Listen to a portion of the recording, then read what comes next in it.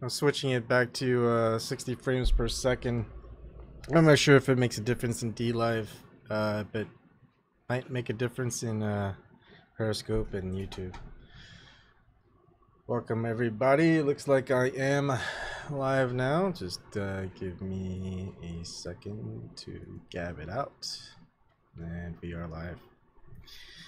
So people who don't know, tomorrow night, Monday, at about, I'd say 9:30 p.m. Central Standard Time. It's kind of an approximation because we haven't really figured out the details like to the T. Plus I'll probably have to get the person I'm interviewing tomorrow a little bit up to date on Zoom. So what I use is Zoom to talk with people, let anybody in, almost anybody. Well, I'll let people in whether they stay or not based on what they do and or whatever. Gosh, I think this black background doesn't really focus. It doesn't want to focus on me. It just focuses on whatever. Anyways, I'm sorry. I keep segueing. Mark Sargent tomorrow. Big proponent of flat Earth. He's someone I want to talk to, especially when I'm diving down into flat Earth theory. And he's right on a lot of things. And I'll go over all the things that he's right about tomorrow night. So tomorrow night, feel free, stay tuned. Tonight, you guys can come on in if you want. Talk about whatever you want. Looks like no one's chatting. I might be just the only one talking, just by myself. If you want to know where to get the information to get on Zoom, you can find it on YouTube channel and on Vimm.tv. Let me see if I can. I'll just post the Zoom on DLive. Now, I need to get DLive on here for whatever their chat is. It seems like there are people who do chat. It just when I'm not live streaming. Stone Crypto is saying, did I watch Cliff High? Did you watch the Lino CEO live stream? I did not. Maybe we should go and watch the Lino CEO live stream.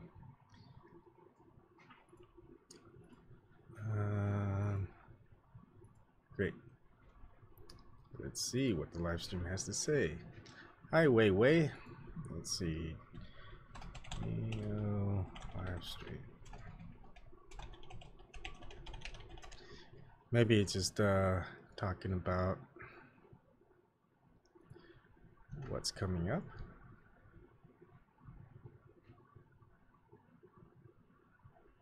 Let's see.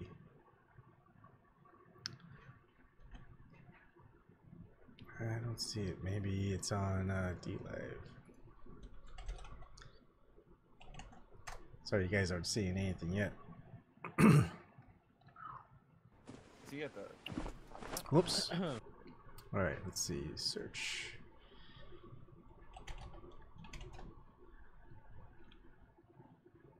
I know. Gosh, I forget his name.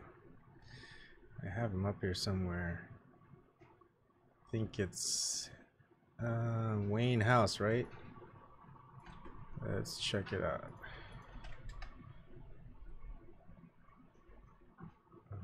Gosh, okay, Charles Wayne. Yeah, there you go. I decided. Give me a second here.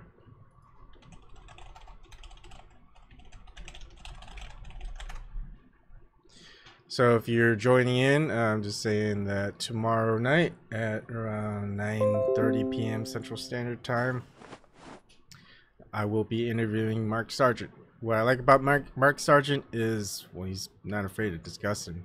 Go on anybody's show. He'll even reply to emails on his show, on his updates, and that's good. I think one of the things I want to ask him, there's plenty that I want to ask him, is just if he notices that, I mean, a lot of people, I'm hoping, notice that there's always this big divide between the establishment prestige, I guess. There's just some barrier. If you can't really talk with anybody up there, whether they're prestigious or they've got 2, 3 doctorates, whatever, they don't want to spend the time with you. It's like, oh, I'm sorry, you know, you need to be, you need to have 3 PhDs, you need to win a couple awards, you need blah, blah, blah. And then you'll be at my level where you could talk with me. But, you know, until then, no.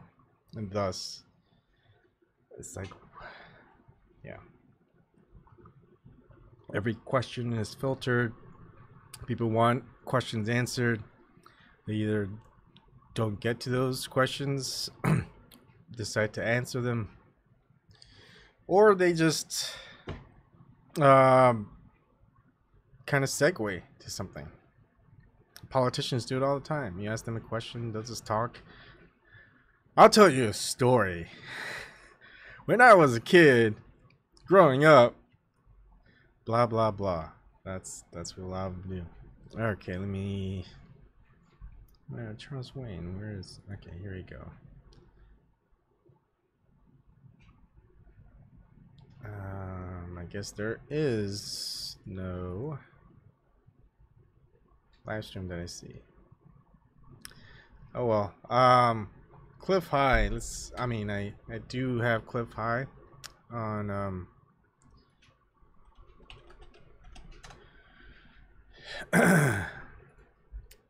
YouTube. Might as well go ahead and show my screen. There we go. Zoom it up to 150. See what the latest videos are. BTC charts, reports, errors, projections. That's interesting. Agent A for wimps.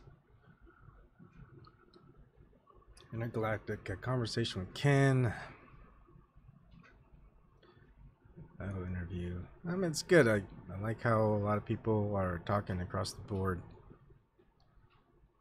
And there definitely needs to be more of that. I forgot which video got me started on a Cliff High, or someone referred me to him. But there's just, yeah, there's so many people to watch, so many videos. The reason I show some videos and whatnot, or just watch certain people's interviews for a while, or just their videos, the presentations, is I'm just trying to investigate something. Oh, and let's see, what was I watching earlier? There's some good ones. This one, Marty Leeds live, Heliopolitan Mystery. This one I didn't really get to watch, but Theory of Evolution Debunked, featuring Bill Nye the Science Guy. I don't think Bill Nye even has a PhD. I think he just has a degree, right? But yeah, it's funny watching Mark Sargent, just dress in a scientist's lab coat, and there you go. You got people thinking you're legitimate. All right, let's see. Hopefully, End Times Productions doesn't block me on this, and then I'll go ahead and show you this one first. This one's also going, although it's like 2 hours and 21 minutes. Oh, here it is. Yeah, 2 hours 21 minutes. Once in a while, I get.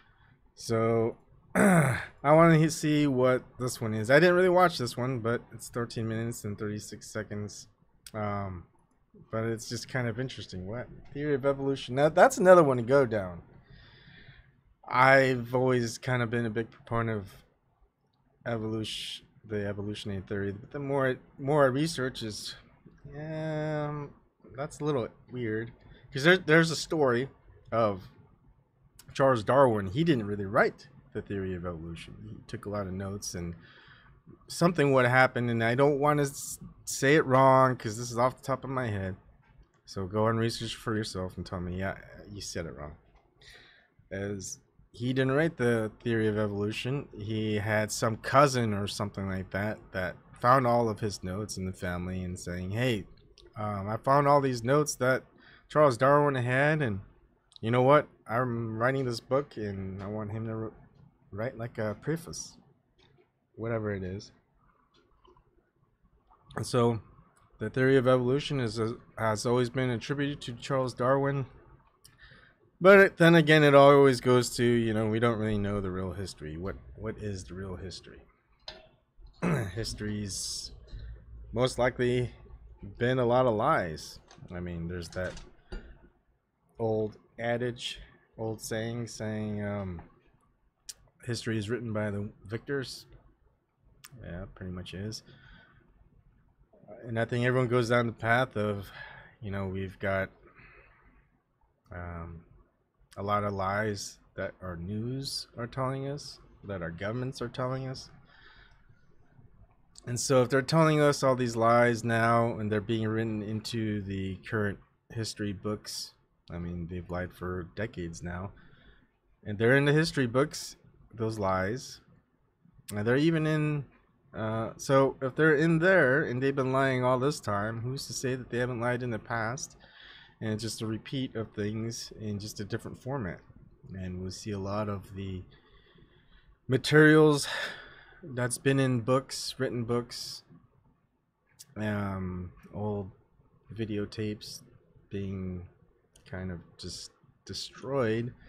It's going from analog to digital, so everything that you're going to have is just going to be found online, or whoever was able to convert the older stuff and put them up digitally.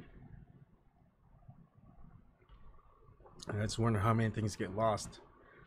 Kind of wish I had a lot of money and I would just go coast to coast and find a lot of old books in old bookstores, those mom and pop bookstores that haven't been bought out. Because all those bookstores are no longer in existence because there's just so many big conglomerate stores out there. Okay, so let's go and show the 13 minutes of this Bill Nye video. People that really, or that claim they don't believe in evolution. And my response generally is, so why not? Really, why not? You guys believe 20 billion years ago there was a big bang where nothing exploded and produced everything. 4.6 billion years ago the earth cooled down, made a hard rocky crust. It rained on the rocks for millions of years, turned them into soup, and the soup came alive 3 billion years ago. Found somebody to marry, and something to eat, of course, and slowly evolved into everything we see today.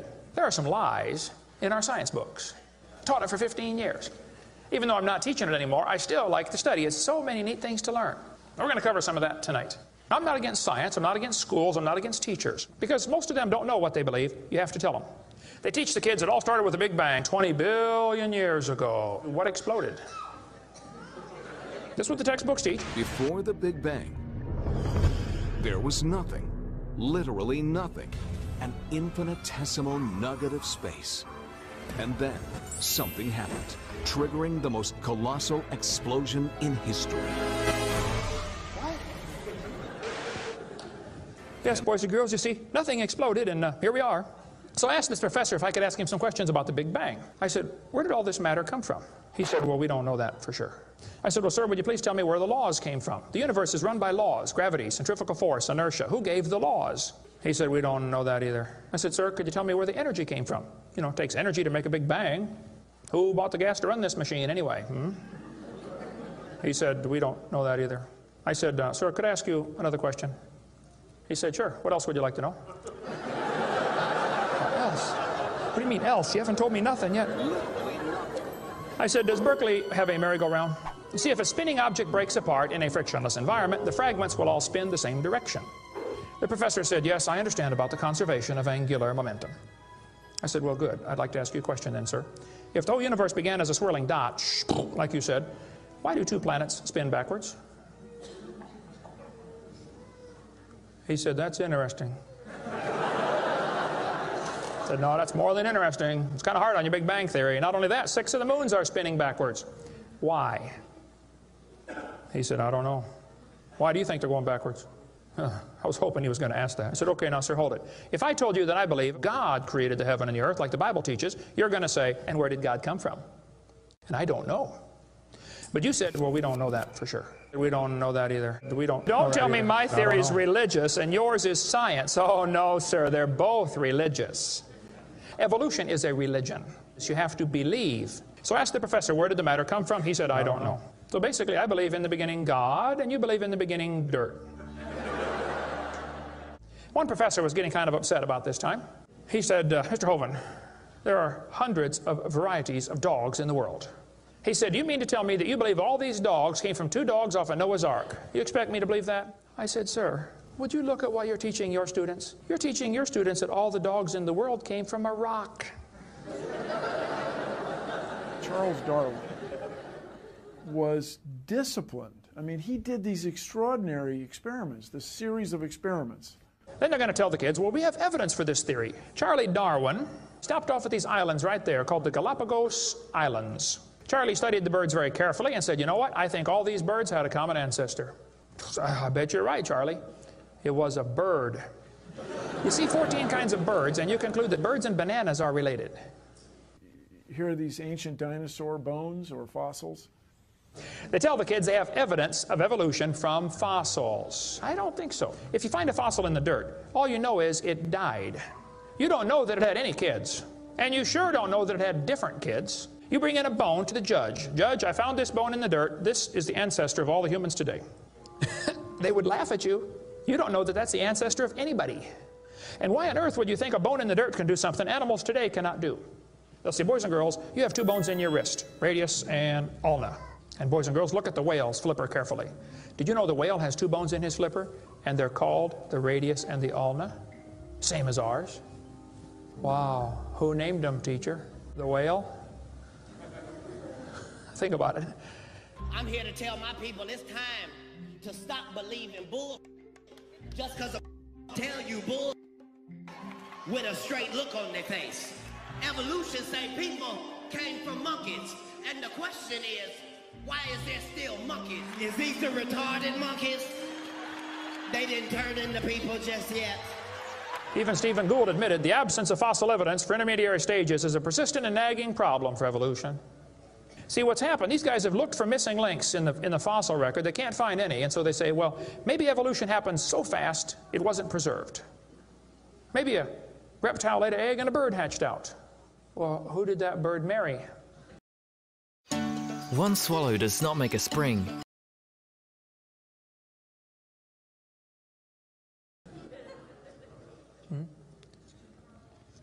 This process that brought us to be is billions of years old. It happens very fast, billions of years fast. Here is radioactivity. We're going to tell the kids in the late 1940s they invented carbon dating. We're going to explain a little bit about radiometric dating and how it's supposed to work, and then show you that it does not work, okay? It sounds good, but there are some assumptions that mess everything up. If we had walked into a room and found a candle burning on the table, and I asked you the question, when was it lit? You say, I don't know, Mr. Hovind, it's burning when I got here. Okay, well then let's do some empirical science. Let's measure the height of the candle. Suppose the candle is 7 inches tall. Who can tell me when it was lit? Okay, nobody. Let's do some more empirical science. Let's measure the rate of burn. Suppose we determine it's burning an inch an hour. When was it lit? You're going to have a hard time telling me unless you're willing to make some assumptions. You find a fossil in the dirt. You can measure how much C14 is in it. Very accurately, by the way. And you can measure how fast it's decaying. That's just like measuring the height of your candle and how fast it's burning. Now, when did that animal die? You don't have a clue. Here's what you ought to consider about carbon dating. Samples of known age, it doesn't work. If it's a sample of unknown age, it is assumed to work. It's just really a hard thing. It's really a hard thing. Your world just becomes fantastically complicated when you don't believe in evolution. Freshly killed seal, carbon dated 1,300 years old. Shells from living snails, carbon dated 27,000 years old. Living penguins, carbon dated 8,000 years old. One part of Dima was 40,000 years old, another part was 26,000, and the wood next to it is 9,000. Then they tell the kids about the geologic column. They say each of the layers is a different age, you know, Cenozoic, Mesozoic, Paleozoic, Archeozoic, all them zoic boys. Now, if you get a petrified tree standing up running through different rock layers, I don't think it's smart to say those layers are vastly different ages. Those trees did not get slowly covered by the sediments over millions of years. They would rot and fall down. Crazy. I just... They'll say, boys and girls, you have an appendix that you don't need anymore. That's a vestigial structure. That's proof of evolution. Well, excuse me, you do need your appendix. The appendix is part of your immune system. If your appendix is taken out, you can still live, okay, but it increases your susceptibility to quite a few diseases. You could live without both your legs and both your arms and both your eyes also. That doesn't prove you don't need them. There are no vestigial organs, and even if there were, that would be the opposite of evolution. That's losing, not gaining. I was taught when I went to school, man used to have a tail, but he lost it because he didn't need it. I thought, didn't need it? Have you ever thought how handy a tail would be? Have you ever come to the door with 2 sacks of groceries? Wouldn't that be nice, man, be able to grab that door and walk right around and get in it? Lost it because we didn't need it. Man, you could drive the car and tune the radio knob and hold the Coke at the same time. What we're finding is that natural selection seems to be an incredibly important factor in generating new species. Natural selection, the key evolutionary mechanism Darwin identified. The bad designs get eaten by the good ones, and so all you have is good ones. Why is there still monkeys? Natural selection doesn't cause any evolution. It makes sure the bad ones don't survive, but it's not going to change it to something else. That's what evolution is.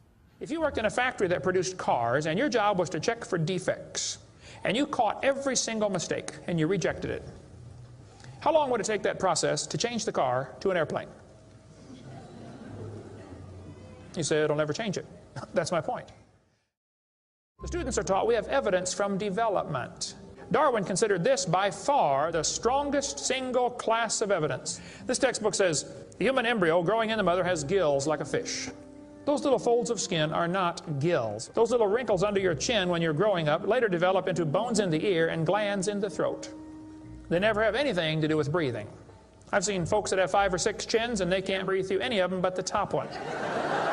Those are not gill slits. Ernst Haeckel, though, said the turning point in his thinking was when he read Darwin's book. He made huge charts of his posters of his drawings of these embryos and traveled all over Germany and just about by himself converted the Germans to believing in evolution.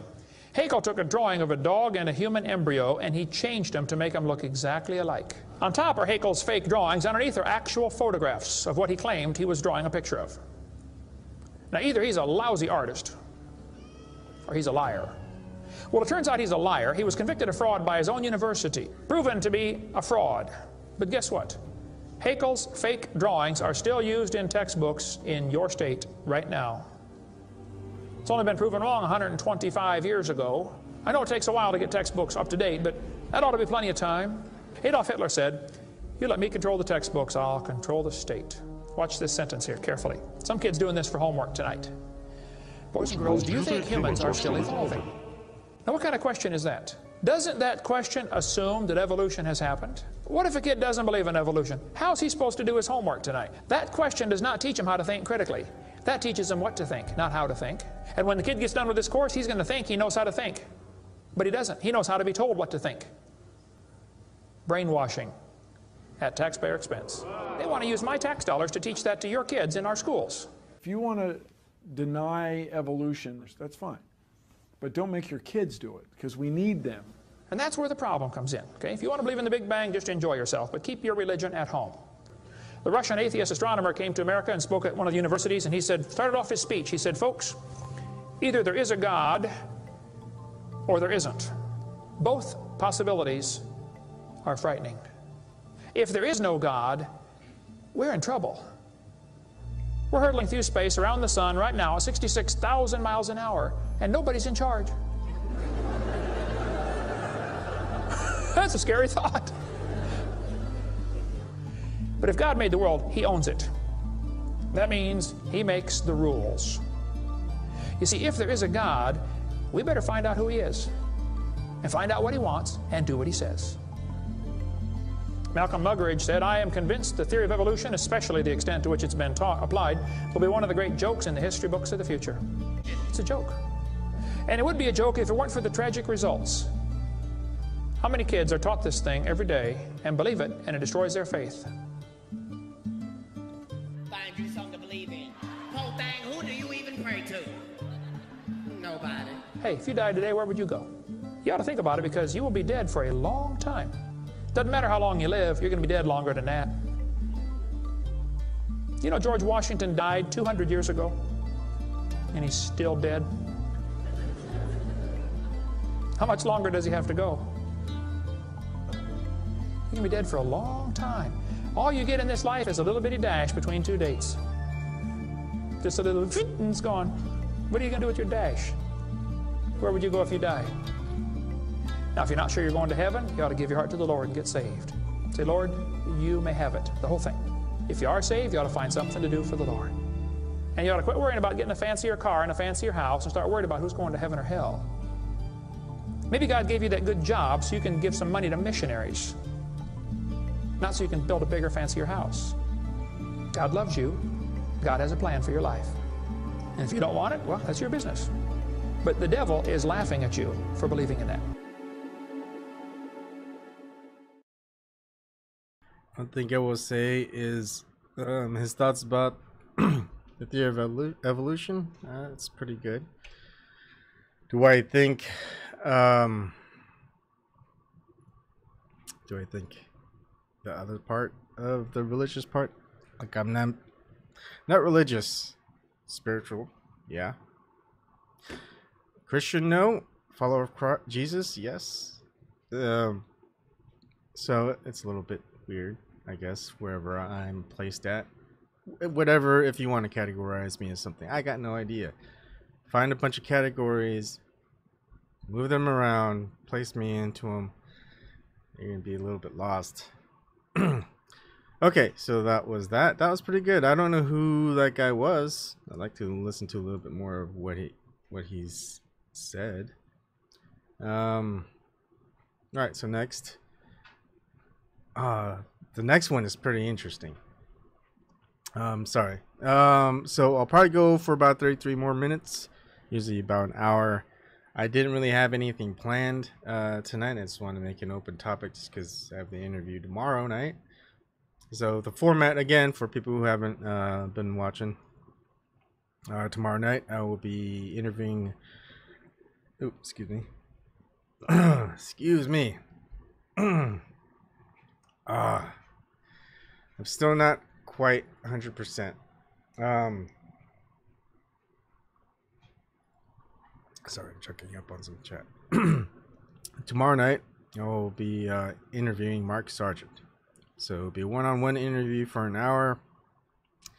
And then after that hour, I let people come in and join in on the conversation if he so chooses to stay. There's a lot of interviews that he's done because he really doesn't not accept interviews, except he did mention a couple where he chose not to. I'm glad he's able to do my show, even though I don't seem to get a lot of views. But that's okay. The information is going to be out there. We just need to start connecting the dots. Everyone who's out there that's researching things, people are told not to research. They're told not to think that way. Get it? Think, not believe. Think. We need to start figuring things out together. Because just like I said before, people out there, if you want news, you want research, there's only so much one person can research.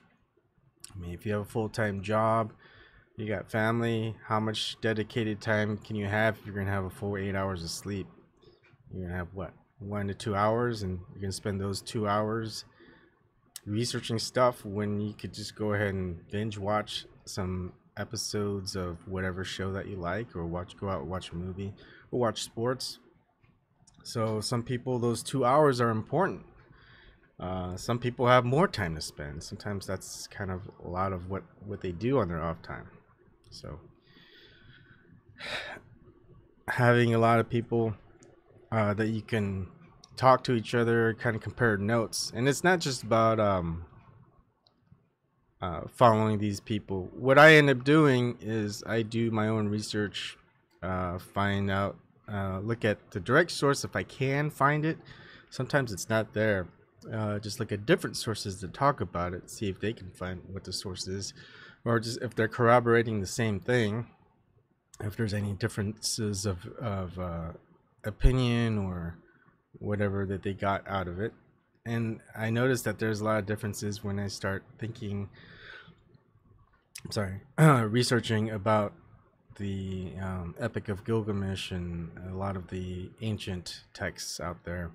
And this one person that I watch, I forget his name, something that I watch, he kind of goes into detail about the serpent and the eagle and the differences between them. So that's a pretty fascinating thing. Hi, Angel Tips. Yeah, a long time no see, Angel. So what he says is quite different than what other people say about the serpent and the eagle and the symbolism used. But it's still interesting to keep listening, and once it's in the back burner, just kind of like globe Earth theory, flat Earth theory. It's just like Mark Sargent says, it's kind of like the last conspiracy theory you really want to go down because it's the big one. It's not like the theory of evolution that we just watched. I could say, you know, I don't really agree with the theory of evolution. I don't see it. It's not proved. It's just a theory. And people are going like, what? What are you, a creationist? Are you like evangelical? It's like, no, I'm not religious. And then it confuses people. It's just the same thing as when I start talking bad about Donald Trump. And it's like, what are you, a liberal? No. Obama's horrible too. So is Clinton's. It's like, they're confused. Wait, you're not on this side, but you're not on that side? People assume, and they like to assume, that if you're not part of one thing, you're on the opposite spectrum. It feels like that's just the way that the system has been set up for people to think. If you're automatically not on the left, they go, well, obviously you're on the right. It's like, no, I'm just going straight down the middle, or I'm in reverse, or I'm just going in circles.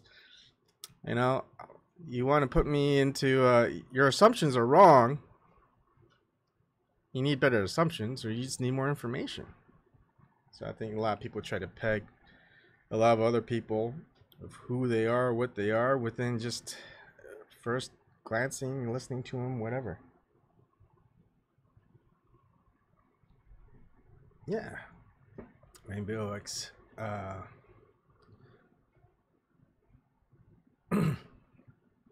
just reading the chat. Yeah, it's better to be an individual. So now getting back to it, flat Earth theory, globe theory is natural assumption is wait, you're suggesting the Earth is flat? I'm going, no, there's quite a lot that I find wrong, or things that just very suspect about the globe Earth theory. And especially the biggest proponent that's supporting it is NASA. I ain't gonna believe what NASA says. Biggest proponent of that is government institutions. The scientific dogma. No, I'm not with them either. So if they're all and then of course, when I'm going down a lot of conspiracy theories, and the conspiracy theories have biggest merit because the official narrative, official story is never correct. There's so many holes and so many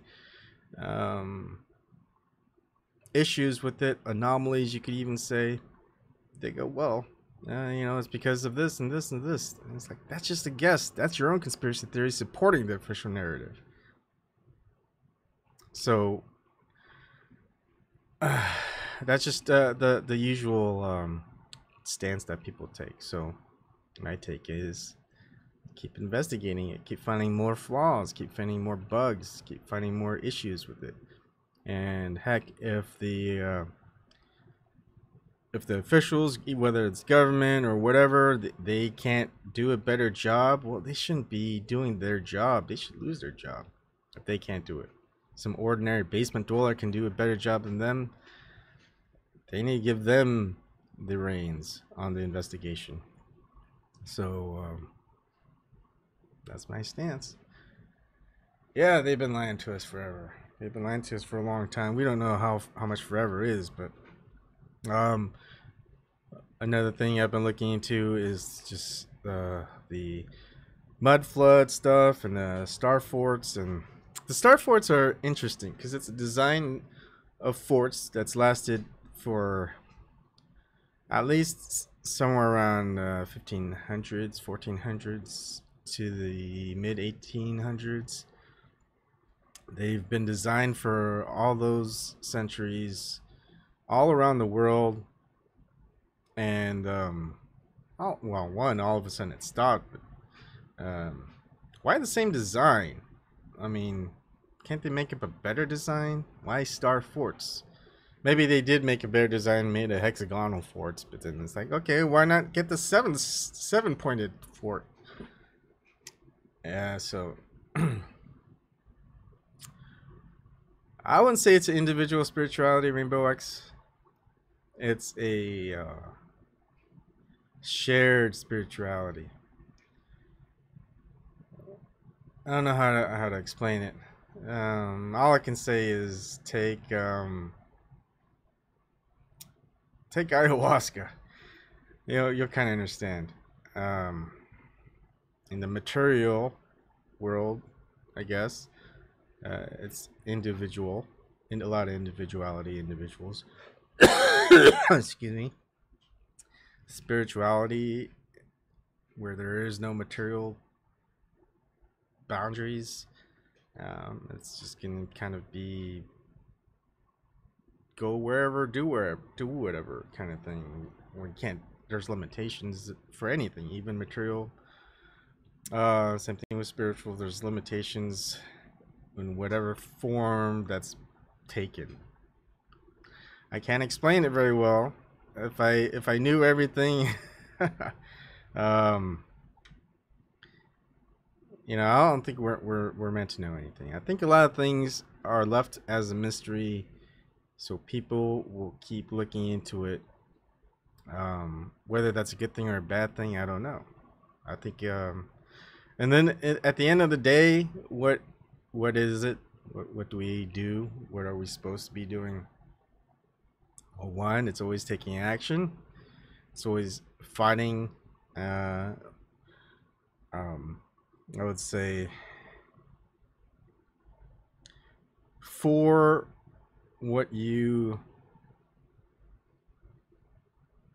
cherish most. So if you're in your life, if you cherish money, you're gonna do whatever it takes to have money. If you cherish power, you can do whatever it takes to attain power and keep it. If you cherish love, freedom, family, that's what I cherish. You can do whatever it takes to have that. So whatever it is in life that you cherish, you need to act and try to fight for it. And people like to break it down into dualities, good and evil, but people have different opinions on what good and evil are. There is pretty much one. If you follow natural law, that's kind of the easiest way to, your universal law, whatever it is. It's kind of the easiest way to dictate what is good versus what is not good, and a lot boils down to violence. Violence is part of the biggest evils out there. All right, let's see. Next thing that I want to show is 4. And oh, I did finish it. Let's see.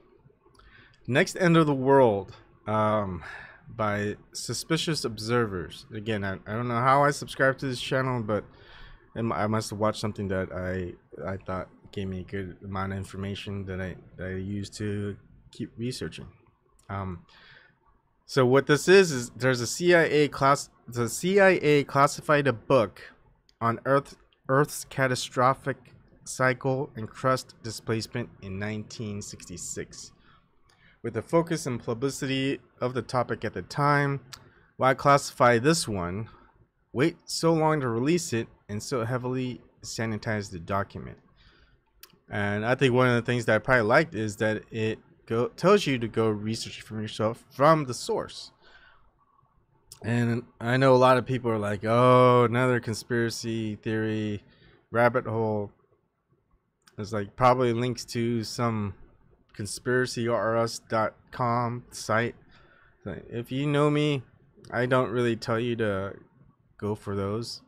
What I'll usually tell you is the source is at a .gov or .edu site.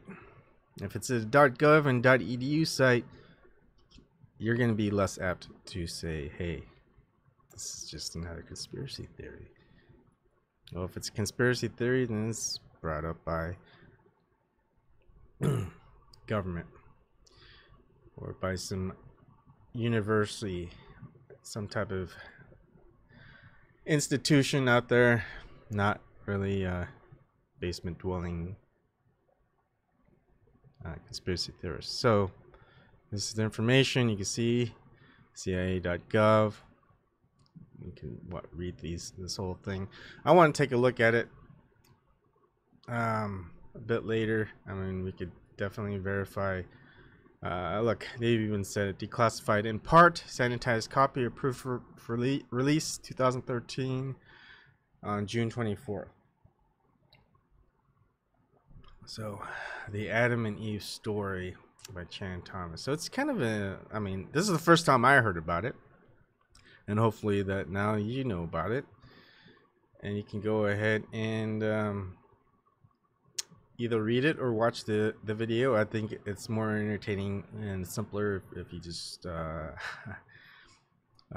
in these live streams, we just kind of give you a brief overview on what it is that we've looked into, and you can go and research for yourself if you want to. So what I'm gonna do is finish it off here. I won't show all of it. I'll probably show, you know, the first half, and hopefully you can go ahead and watch the second half. Nobody's joining, so since no one's joining, I'm not gonna go over an hour on an open topic night. But if someone does join, I limit it to 3 hours. So here we go.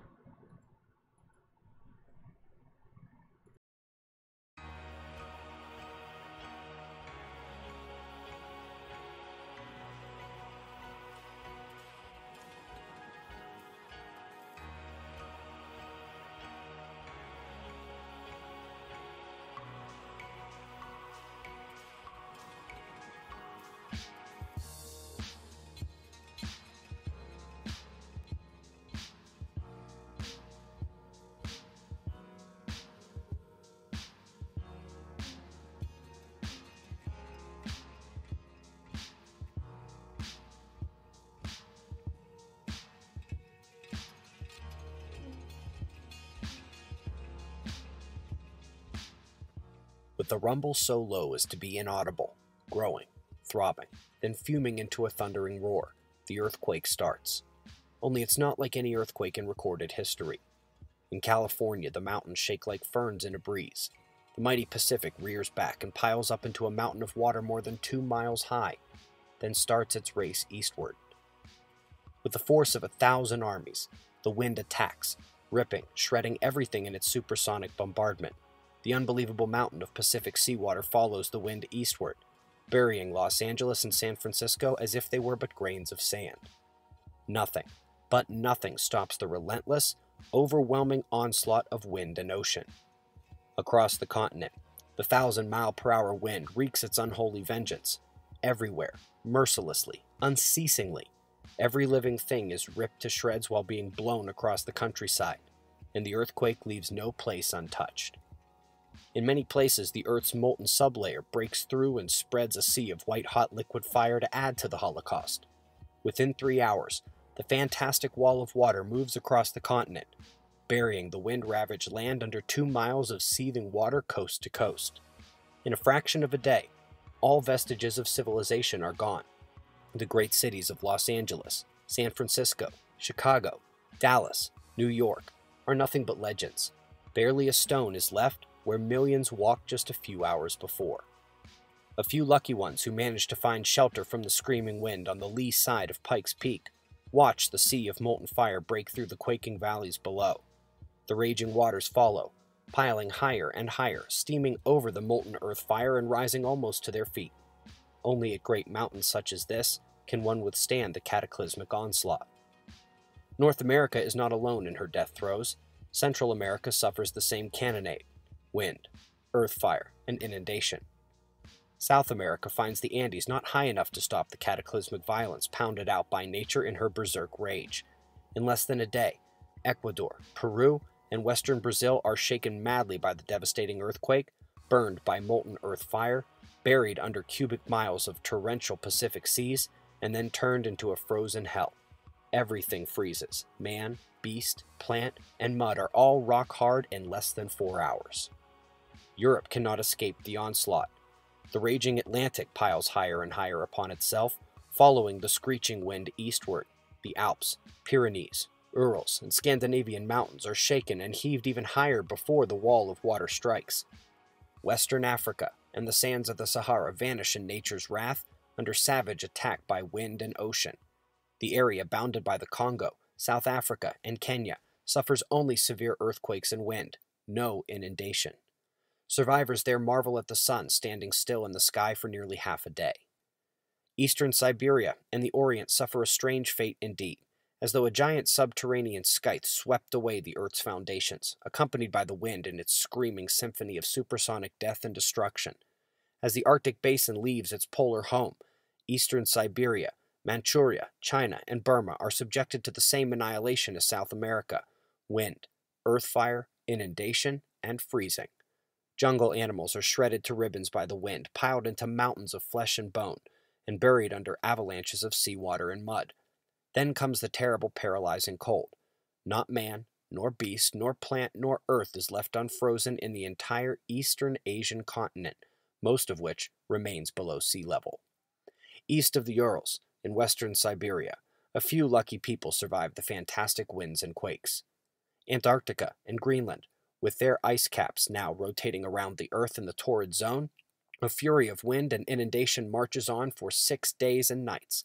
During the 6th day, the oceans start to settle in their new homes, running off the higher grounds. On the 7th day, the horrendous rampage is over. The Arctic Ice Age is ended, and a new Stone Age begins.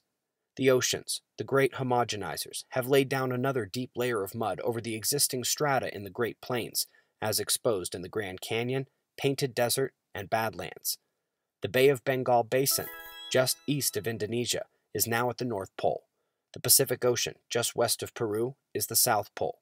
Greenland and Antarctica, now rotating equatorially in the torrid zone, find their ice caps dissolving madly in the tropical heat. Massive walls of water and ice surge towards the ocean, taking everything from mountains to plains in gushing, heaving paths, creating immense seasonal moraines, and in less than 25 years the ice caps are gone, and the oceans around the world rise over 200 feet with the newfound water. The torrid zone will be shrouded in a fog for generations from the enormous amounts of moisture poured into the atmosphere by the melting ice caps. The new ice caps begin to form in new polar areas.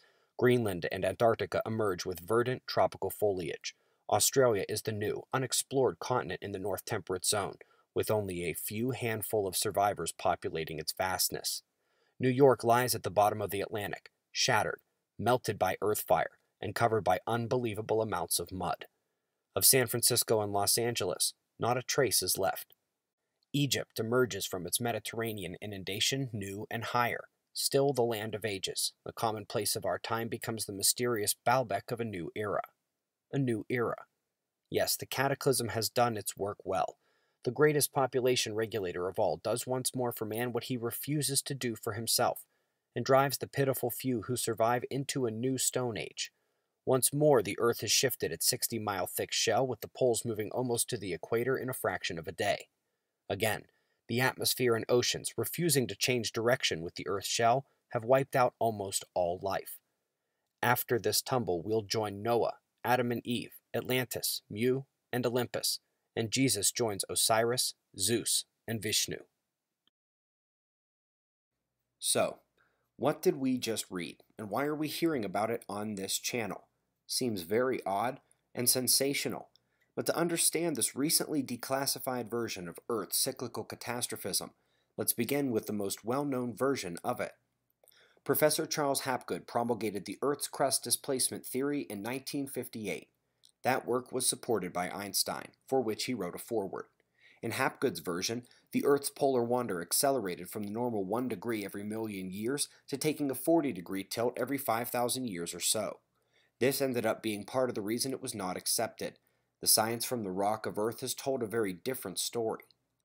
The book classified 8 years after Hapgood's, called The Adam and Eve Story, you heard Chapter 1 to begin this video, is indeed describing a similar one-day shift of the geographic poles due to the destabilization of the asthenosphere boundary of mantle and crust by magnetic reversal or destabilization behavior of the core of Earth, which could reduce the friction of the mantle and allow that low-velocity zone to become a free fluid flowing zone.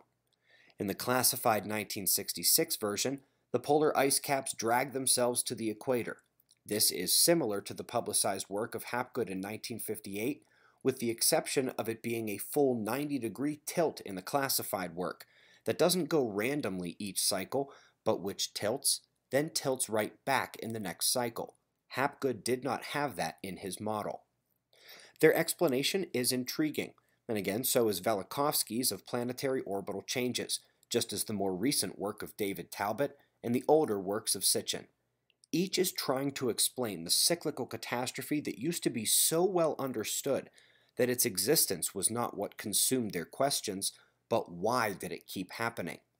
Even Einstein did get caught up in the mix, but had to rely on Hapgood's and others' knowledge of geology and mineralogy. One can find many references to these names, and ones like Hugh Brown, who said the ice caps were the culprit back in 1948, and the earliest recognized mentions of the cyclical catastrophe, they say, are the 1870s. That is, of course, unless you go by the work of the classified report, which extends the timeline nearly 100 years back to 1779. So one is forced to ask, why was this one classified? The concept of cyclical catastrophe was not new. The ties to myth and religion were made by Velikovsky and others. The ice cap drag being the physical manifestation was true in Brown and Hapgood's works, so what's the difference? It was the 90-degree flip back and forth each cycle. That is the key difference. But is that a reason for classification? Well, it is true that not creating panic in the public has been and continues to be a reason for secrecy and classification, and to create panic, something like this would have to be proven scientifically. Now hold that thought. So maybe you didn't know this about Professor Hapgood. He worked for the CIA immediately before becoming a professor and leading into this catastrophism thing. He in fact worked for them as Brown proffered the catastrophe idea in the 40s. So why is it so important that we focus on the timeline and severity and patterned motion back and forth to the same places within the declassified document? It became almost immediately clear upon thorough review that Hapgood's version wouldn't work. Even Einstein ended up telling him so years later, arguing that ice cap weight alone would not be enough. There had to be something more. But the real damning evidence was coming in the form of time average pole position over millions of years. The rock was showing them evidence of polar wander being much slower, with their locations not having changed much in millions of years, essentially throwing out the concept that every 5,000 or 6,000 years there was a random 40-degree tilt.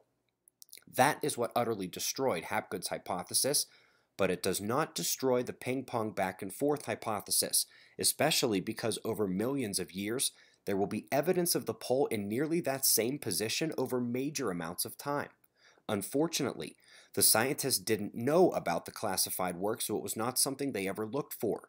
In terms of time average pole position, think about this. The poles could flip back and forth one day every year, and over millions of years, you would have evidence of the pole in that exact same position, and might be tricked into thinking it has never moved at all. This was the case in 1985 when a highly cited article was published by a master's student at Columbia University, saying the poles were only averaging 1 degree movement per million years.